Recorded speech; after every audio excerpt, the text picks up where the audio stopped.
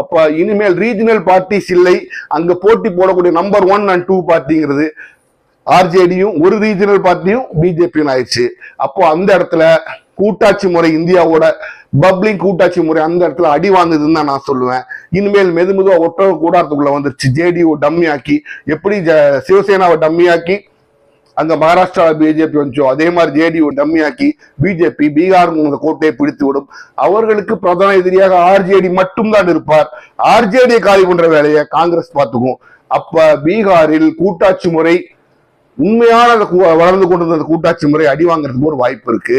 இப்படி எல்லா மாநிலங்களிலும் மெதுவா ஒரு மாநில கட்சியை தட்டி தட்டி தட்டி கீழே அடிச்சிருந்த கொஞ்ச நாள்ல ஜனதாதள் செக்குலர் கர்நாடகாவில அடி வாங்கி போயிடும். அப்ப மாநில கட்சிகள் இல்லாத ஒரு சூழ்நிலையை உருவாக்கி மத்திய கட்சிகள் தாங்க வச்சதுதான் வரிசைன்னு சொல்லி எல்லா காரியங்களும் செய்து இந்திய அரசியல் சட்டத்தை பேரளவுல ஒரு அரசியல் சட்டமா வச்சுட்டு செயல்பாடுகள் ஃபுல்லி இவங்க பண்ண ஆரம்பிச்சிருவாங்க.